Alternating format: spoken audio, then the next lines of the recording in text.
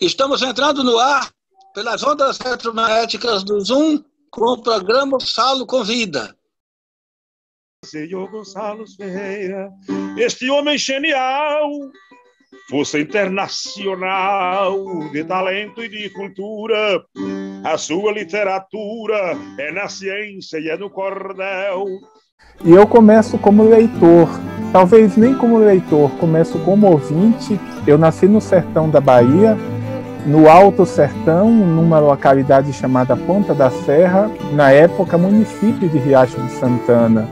Digamos que a cidade mais conhecida no entorno seja Bom Jesus da Lapa. Boa tarde, Gonçalo. Satisfação estar contigo, ainda que à distância. Seja bem-vindo ao Gonçalo Convida, engrossando a fileira dos que já entraram para esse programa, que tem uma ressonância mundial, podemos dizer assim, porque já foram entrevistadas personalidades de vários países.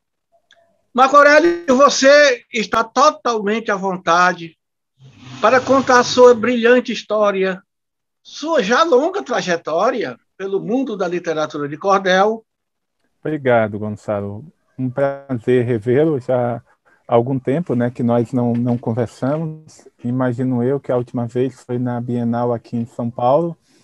Agradecendo também a mediação do Cardivander. Cardivander é uma pessoa muito bacana, inclusive ele nos ajuda, né, a nós poetas, que as rimas com Leandro são muito poucas.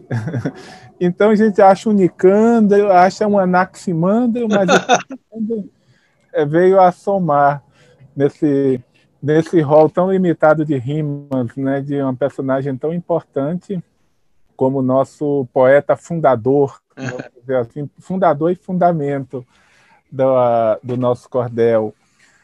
Mas falando a respeito da nossa caminhada, Gonçalo, eu não acho tão brilhante assim, mas com certeza tem a sua importância, a sua relevância, e eu começo como leitor, talvez nem como leitor, começo como ouvinte. Eu nasci no sertão da Bahia, no Alto Sertão, numa localidade chamada Ponta da Serra, na época município de Riacho de Santana.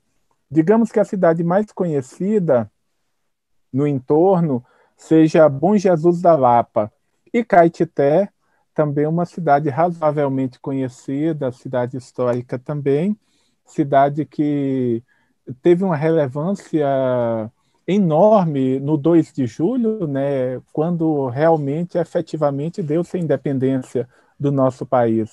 Caetité, até hoje, celebra essa data, essa efeméride, porque, apesar de estar tão longe da capital, ela acabou contribuindo, né, com contingentes e combatentes, e aí a independência, de fato, quer dizer, independência não, que nós ainda somos um pouco dependentes.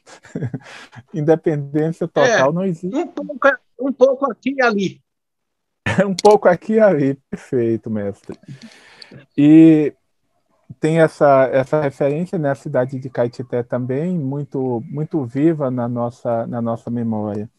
E a Ponta da Serra, muita gente pensa que é um arraial, que é um distrito, mas não é.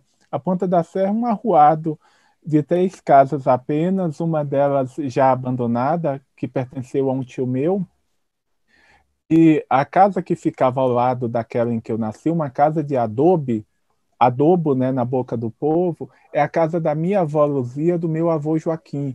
E é nesta casa que eu ia buscar os folhetos de cordel que ficavam numa gaveta, num armário da sala.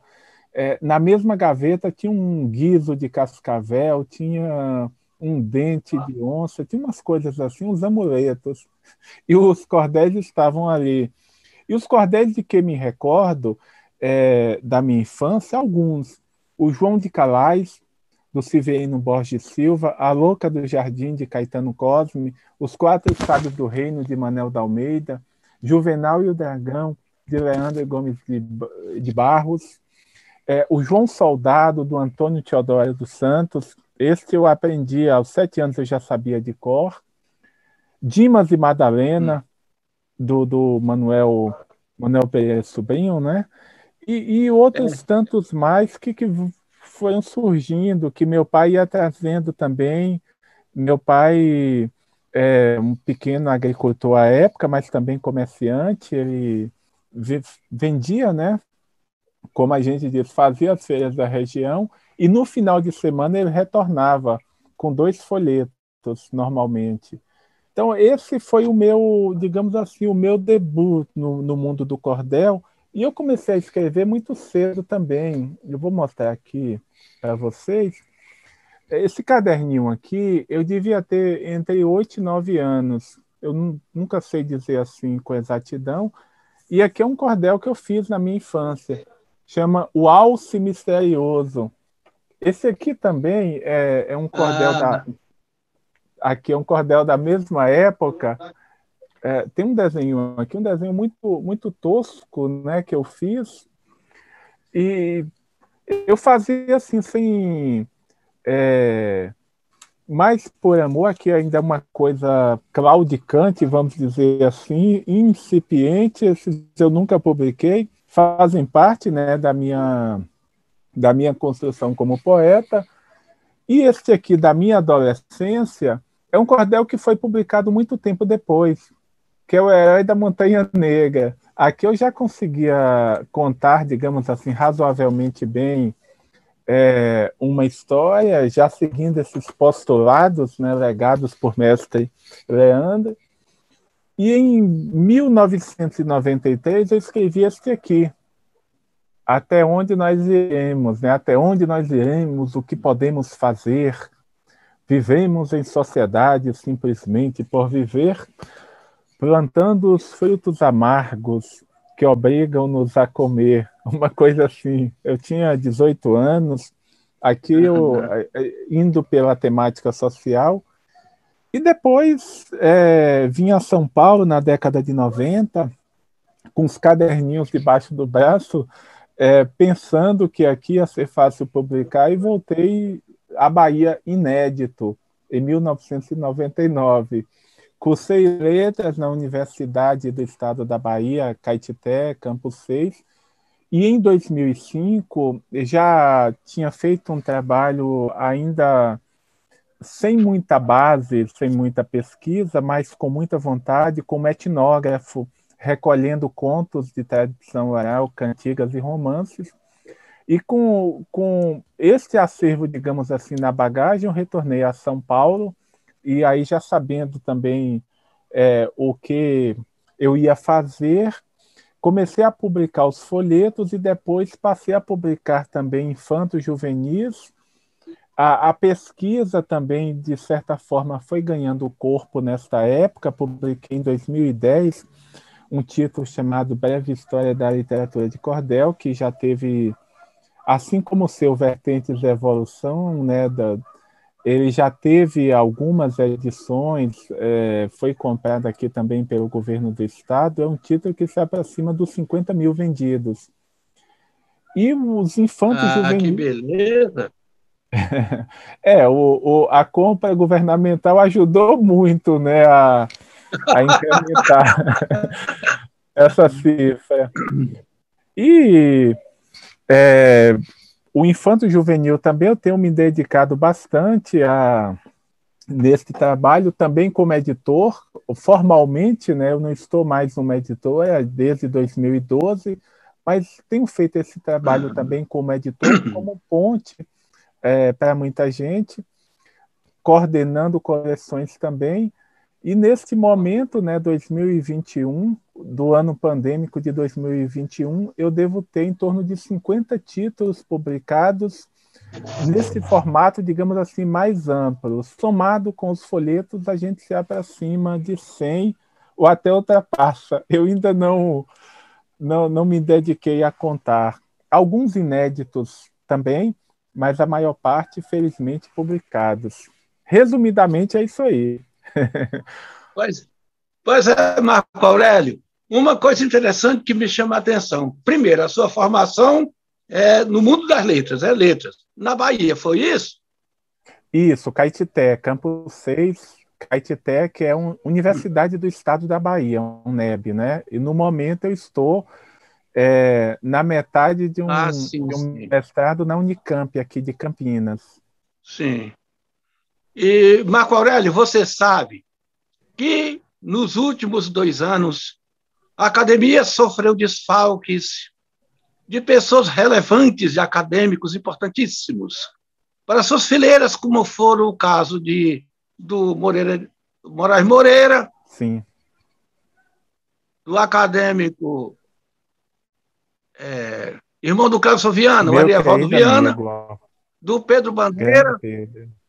grande amigo do Arievaldo. O Arievaldo era um leitor atento do Gonçalo, inclusive ele até dizia: o Gonçalo está aqui, o Gonçalo, com a evolução do homem, não conseguiu parar de ler enquanto não acabou. Mas era também bondade dele, né? Porque ele era muito meu amigo, muito amigo mesmo. Mas então nós perdemos principalmente esses 3 elementos de grande porte aqui na BLC. Sem Estamos, dúvida. logicamente, que sem cadeira, porque a academia é de amplitude nacional, portanto, abrangeu todo o Brasil sobre essa questão de ocupação de cadeiras titulares. Mas, de qualquer maneira, e ainda que estejam ocupadas, eles fizeram uma falta enorme, enorme. Chico Salles também, Moraes Moreira, Também, Chico Arievaldo Salles, Viana, todos fizeram muita falta por causa do imenso suporte que Manuel, dava Manuel a Monteiro, BLC. né? Mas Um pouco antes. Manuel Monteiro, rapaz, Manuel Monteiro é primo, no Brasil não há outro igual a ele, sobre a É, questão da pureza, da leveza dos versos são realmente fantásticos do da Manuel Monteiro. Manuel contundência, Monteiro tem produção que admira a gente. sem dúvida, sem dúvida. Uma falta sentida, É, né? Sentida e hoje, eu, porque foi único também naquilo que se propôs a fazer. foi, foi sim.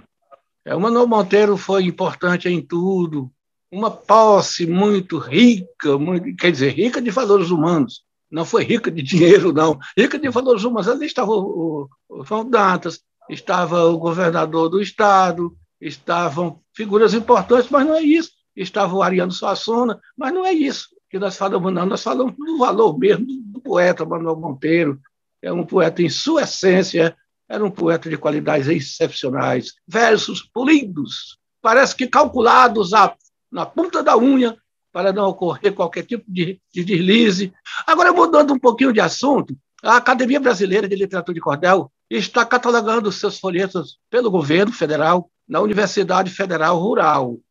E nós sentimos aqui a falta enorme das obras suas e, até certo ponto, também do Arievaldo Viana. As suas eu só tenho, realmente, uma caixinha que a Lucinda me deu, que ela fez uma série de caixas de poetas, inclusive você, e me deu a sua caixinha. Fora disso, eu não tenho, e eu não gostaria que a catalogação da casa ficasse sem suas obras, não sei como adquiri-las. Mas eu já falei com a esposa do Fica, Arievaldo, ele fica comprometeu me tranquilo, arranjar. Fico tranquilo? fique Eu fico tranquilo. tranquilo? Eu não tenho todos aqui em meu domínio, né? Alguns estão esgotados realmente, mas aqueles que eu tiver em mãos, eu vou encaminhá-los a você. Eu fiz, inclusive, um encaminhamento há algum tempo, imagino eu que deve ter, Rapaz. que o correio andou a risco, né? Como disse Chico Buarque. Mas eu te mando. Realmente muito, eu fico muito feliz, porque não pode, rapaz, a Não é, catalogação de uma obra não é por da causa academia sem disso, né, aparecer. que eu não vou ficar em boa companhia. Rapaz, isso é comentário de poeta, né? Na verdade, você, o Arievaldo Viana, dois jovens pesquisadores de grandes recursos e atentos, muito atentos. O Arievaldo é muito atento, e você também é muito atento à questão da pesquisa da literatura de cordel e cogêneres no Brasil. A gente tem todo o cuidado. E eu vou ver se com a esposa do Arievaldo Viana eu consigo, que ela já me prometeu, a coleção da casa da autoria dele, para incorporar a catalogação da BLC. É isso aí, nós vamos continuar Certamente. trabalhando e vai dar tudo certo. Me diga uma coisa, parece até que o programa é comigo, não é com você. Mas é com você, fique tranquilo. A Luzeira, há quantos anos? Está funcionando bem? Está funcionando, Gonçalo.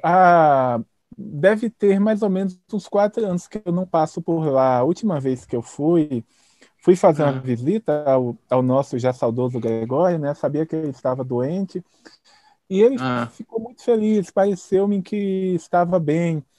E quando da sua passagem, né? Da sua mudança ao plano espiritual, eu estava em Curitiba, estava participando de alguns eventos em Curitiba e a minha esposa Lucélia acabou ligando dizendo que ele havia falecido. Ela inclusive esteve, como dizemos na Bahia, né, em sua sentinela, e eu acompanhei a missa de sétimo dia. É mesmo. Sentinela. E o Rodrigo Nicoló, filho do nosso Nicoló, né, do nosso Gregório, ele continua.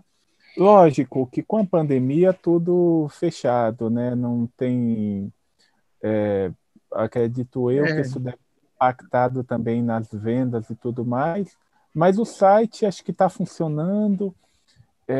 Eu tenho alguns títulos ainda publicados por lá e torço, né, pela importância que tem, pela história que tem, pelo acervo que tem, que ela continue, que ela resista, persista, insista e siga viva, né? Porque, infelizmente, desde o José Pinto de Souza, passando pelo Arlindo, Manuel da Almeida, Antônio Teodoro, todas essas personalidades que já não estão mais nesse plano, então ela resistiu, né, à passagem de todos estes. E que continue, né? Continue, porque eu estive lá 2 anos apenas, as pessoas imaginam que foi mais tempo, mas 2 anos apenas, 2 anos muito intensos, mas eu torço pela importância que tem, que ela continue, que continue publicando, continue buscando também entre os novos, né, entre essas pessoas que estão surgindo, né, no mundo do cordel, que continue também renovando, mas ao mesmo tempo também, que eu acho que é mais importante no caso dela, que continue a publicar esses clássicos, né, que formaram tanta gente, inclusive eu.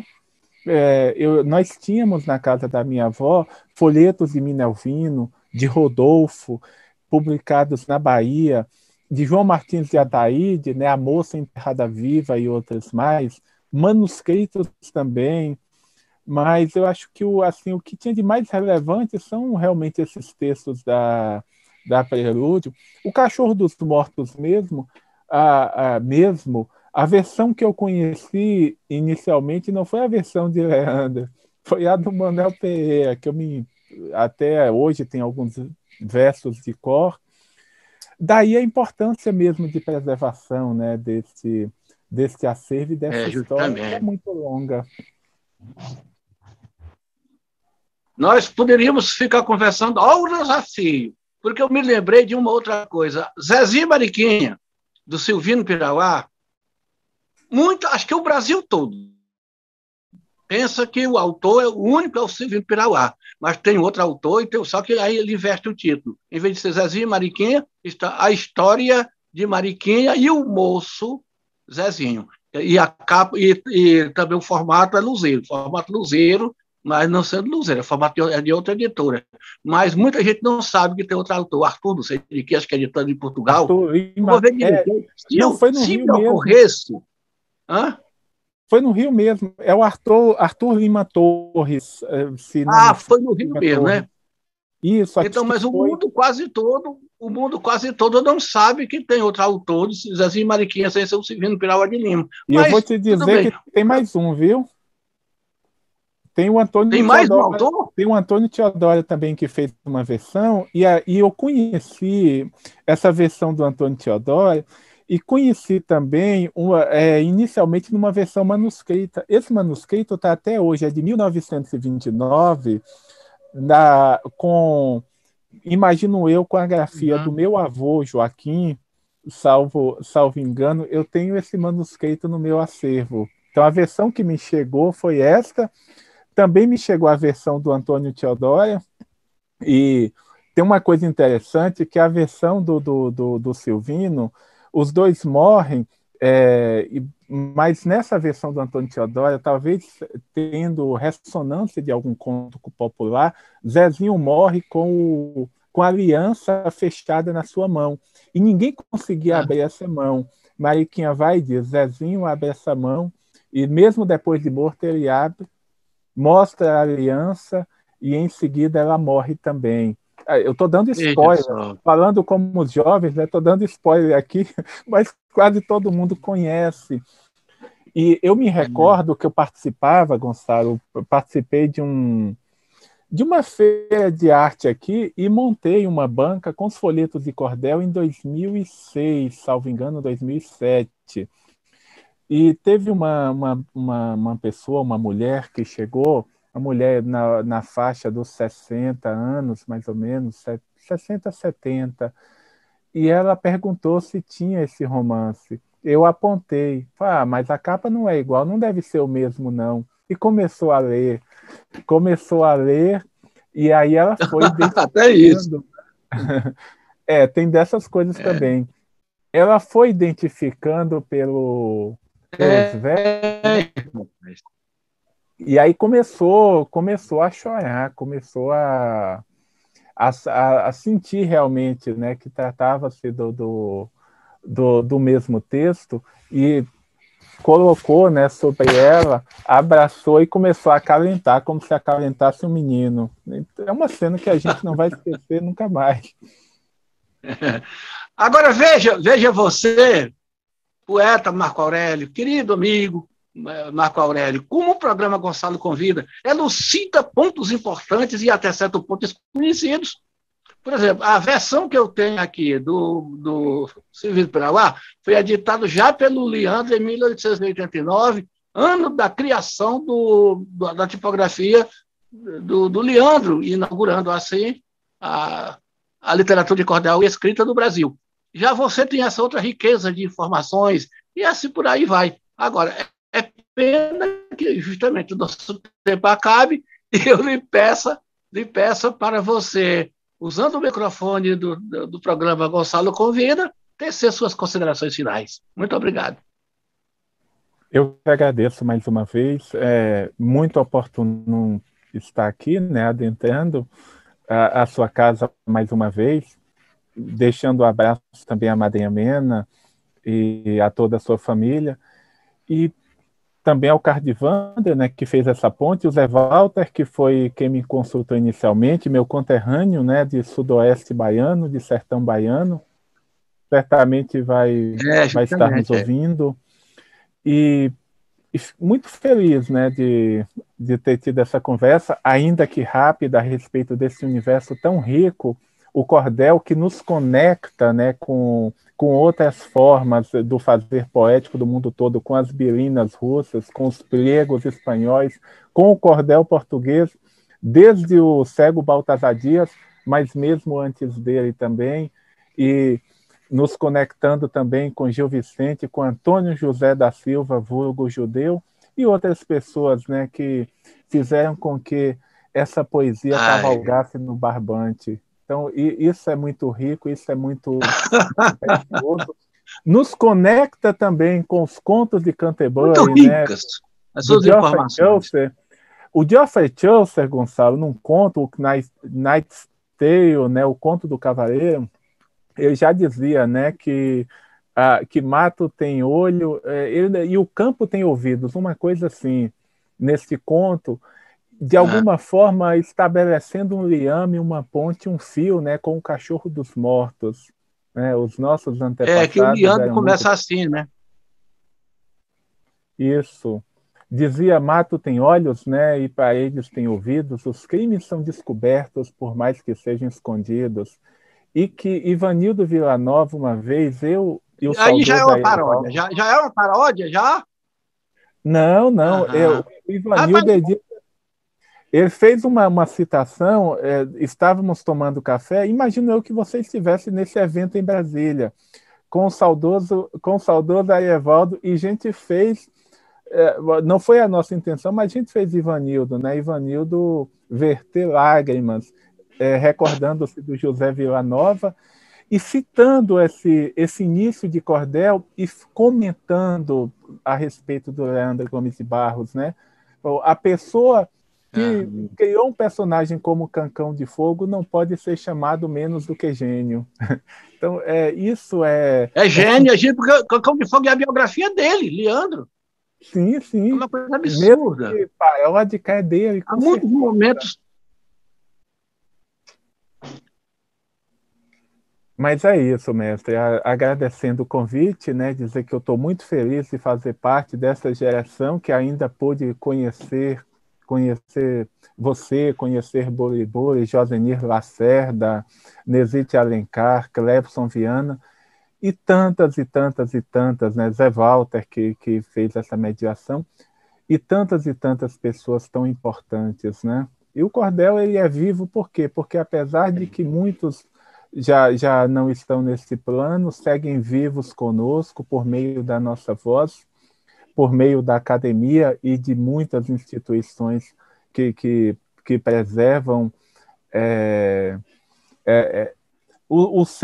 que fazem, né, com que o seu vigor poético não esmaeça jamais. Então, deixo o meu abraço e respeitosamente me despeço. Muito obrigado. Todo o público.